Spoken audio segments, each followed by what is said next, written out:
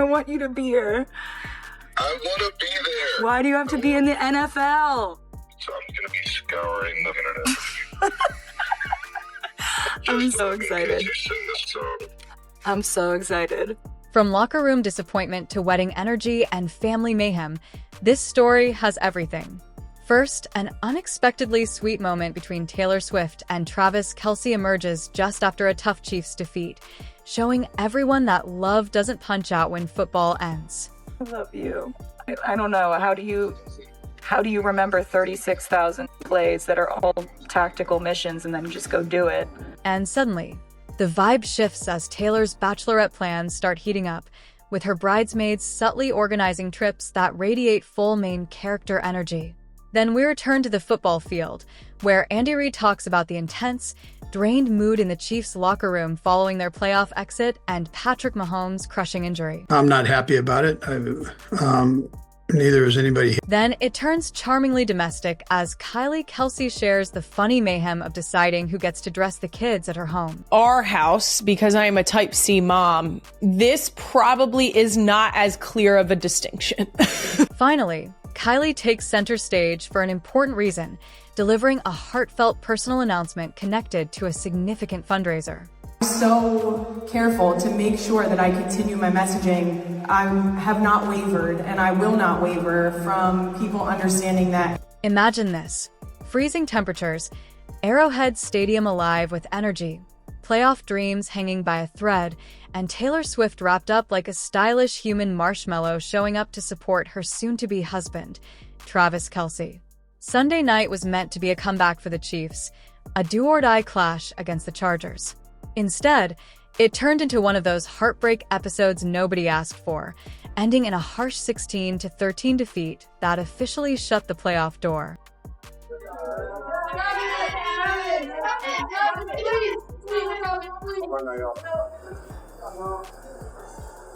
Insiders reveal the mood on the field shifted from tense to downright brutal, and Kelce had zero interest in chatting afterward. He brushed off reporters, making it clear this wasn't the time for sound bites or silver linings, which honestly matched how the whole season had gone for him. 22% on the pass rush. It's a 4th and goal tonight. Swift watched everything unfold from Kelce's private suite, surrounded by family, including her mom Andrea and the Kelce clan, kids and all, turning the box into a full-on family viewing party. Baby, how you doing? So I'm going to the stadium and we'll do a little dressing room rehearsal. It's basically the same job. I got songs to remember, you got plays to remember. You got teammates, I got teammates. You Coach Reid, I've got my mom. Sources say that despite the loss, Swift stayed fully engaged and supportive, because if anyone knows how to handle emotional roller coasters, it's her. Just as Chiefs fans were still processing the playoff exit, a completely different Swift-Kelce moment started making headlines. Days earlier, Swift had released the first episodes of her Disney Plus docuseries, giving fans an inside look at her life, her eras, and yes, her romance. In one scene insiders called Peak Adorable, Swift was on her way to Wembley Stadium while chatting with Kelce on the phone. She was heading to a sold-out show, and he was stuck at practice, which led Swift to joke about their totally different worlds, comparing teammates and coaches, even teasing that her head coach was basically her mom. Kelce played along, clearly enjoying the moment. The call highlighted how they kept things playful even amidst their chaotic schedules. I want you to be here. I want to be there. Why do you have to be in the NFL? So I'm going to be scouring the internet. I'm so excited. You sing this song. I'm so excited. The call ended with Kelce expressing how much Swift had bettered his life, and Swift, being Swift, framed the chat like an emotional vitamin boost. Cheesy, yes, but undeniably effective. Intro 9. And this all landed even harder, because Swift was riding high over her birthday weekend.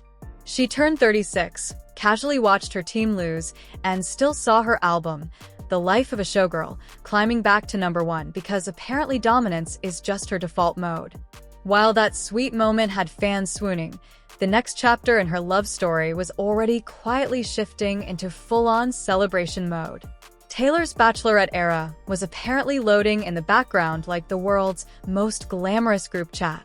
Even though the wedding date is still under wraps like a top-secret file, her inner circle isn't waiting around. The planning is already in motion, and it's not just a simple one-weekend affair. Not one, not two, but 3 or 4 separate girls' trips are on the calendar, designed to sprinkle joy, chaos, and core memories everywhere.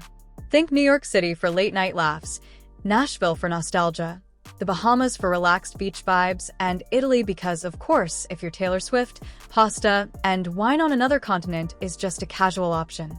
Behind the scenes, Selena Gomez and Gigi Hadid are reportedly stepping in as unofficial chief fun officers, taking charge like seasoned event planners who just happen to be global icons. They're fully committed to making everything intentional and perfectly tailored. Zero cringe, maximum effort, and vibes that scream friendship over flashy chaos.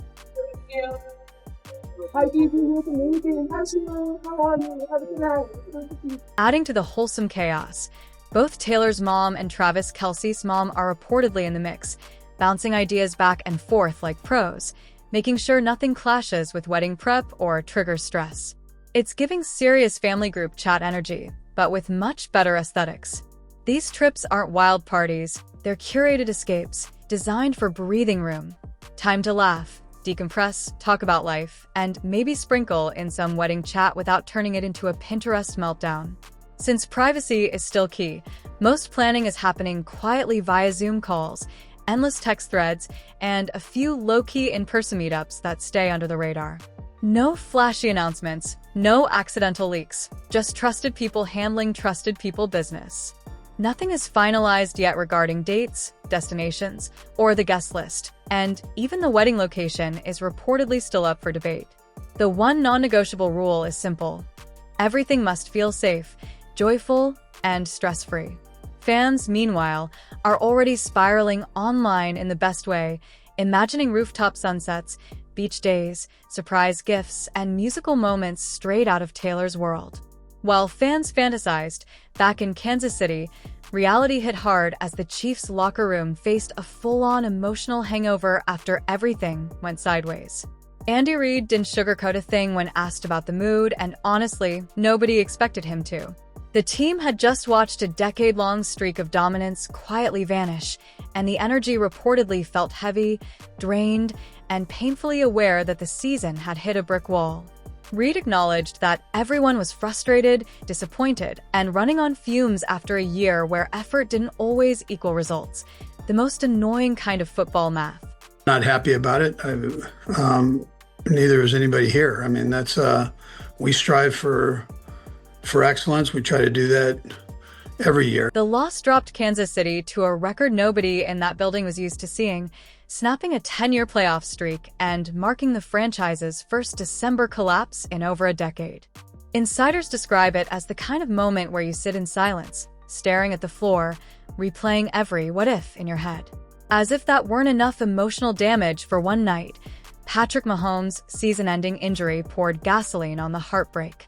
The locker room felt the shift immediately, like the air got sucked out when it became clear the quarterback magic wouldn't save the day this time. Reid emphasized that the team had left everything on the field, which made the loss sting even more. They weren't outworked, just outpaced by injuries, missed opportunities, and a league that doesn't care about past trophies. Guys are down. They busted their butt to win the game, and I wouldn't expect anything less. It's not a great feeling. I wouldn't expect it to be after losing a game. After dropping 5 of their last 6 games, this wasn't a slow fade so much as a hard skid into reality. Even with slim wild card hopes lingering before kickoff, the team knew they were walking a tightrope, and once injuries piled up, even Mahomes couldn't superhero his way out. While the grown-ups were emotionally processing a very long night, a much lighter, far more chaotic energy was happening elsewhere. Kylie Kelce was busy unpacking the ultimate parenting mystery. Who dressed the kids today, and why does it look like that? Kylie recently shared that you can usually tell exactly who had wardrobe duty in the Kelce household, and the answer is vibes. Sources say Kylie proudly identifies as a Type C mom, which basically means controlled chaos with a side of, sure, why not? Our house, because I am a Type C mom, this probably is not as clear of a distinction. Because I am very much in the camp of, if they pick it out, sure. If a kid picks something out and it technically fits, she lets it slide. No power struggles, no fashion police, just vibes and a touch of mild confusion. That's where the crossover gets funny, because insiders joke that when Jason Kelce dresses the kids versus when the kids dress themselves, the results are almost the same. Layers that make no seasonal sense, bold confidence, and outfits that raise more questions than they answer. I think that the dad dressing the kid and the kid dressing themselves are two very similar looks. I think that's where you see a lot of crossover. One daughter in particular radiates serious, I did this myself, energy, wearing multiple tops at once and sometimes layering skirts over pants like she's launching her own runway trend. Honestly, Kylie is reportedly totally fine with it because the kid feels amazing and confidence is the ultimate accessory. Ellie is our child who, when she leaves the house, people probably think she dressed herself. She looks great and she's excited about having on 2 shirts and probably a skirt over her pants. And I'm okay with that. Then there's the most opinionated dresser of the bunch, who lives and breathes dresses, especially the princess kind.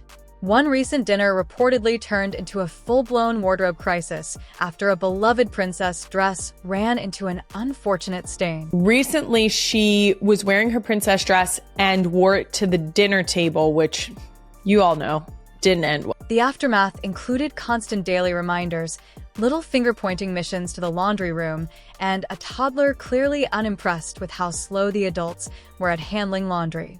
Intro 17. Kylie reportedly handled it by temporarily hiding the dress, fully aware she was now living on borrowed time.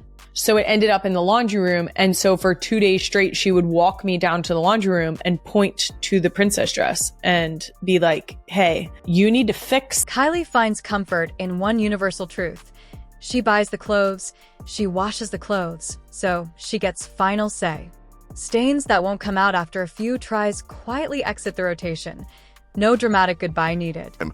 I then proceeded to hide the princess dress because I'm not 100% sure how to get the stain out. And while laundry diplomacy ruled the Kelce household, Kylie quietly stepped back into the public eye for something far bigger than mismatched outfits, an issue that clearly hits home.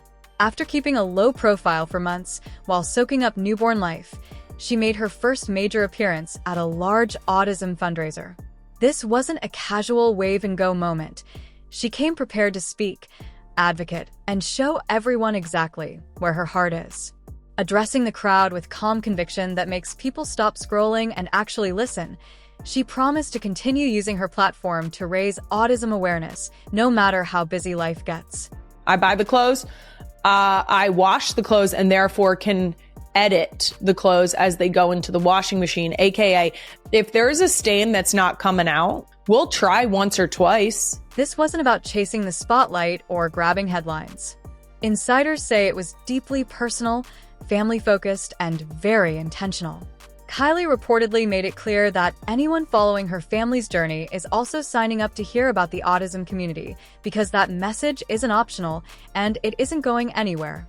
And honestly, people felt it. There were tears, hugs, and plenty of nods from the crowd. That's all for this video, folks.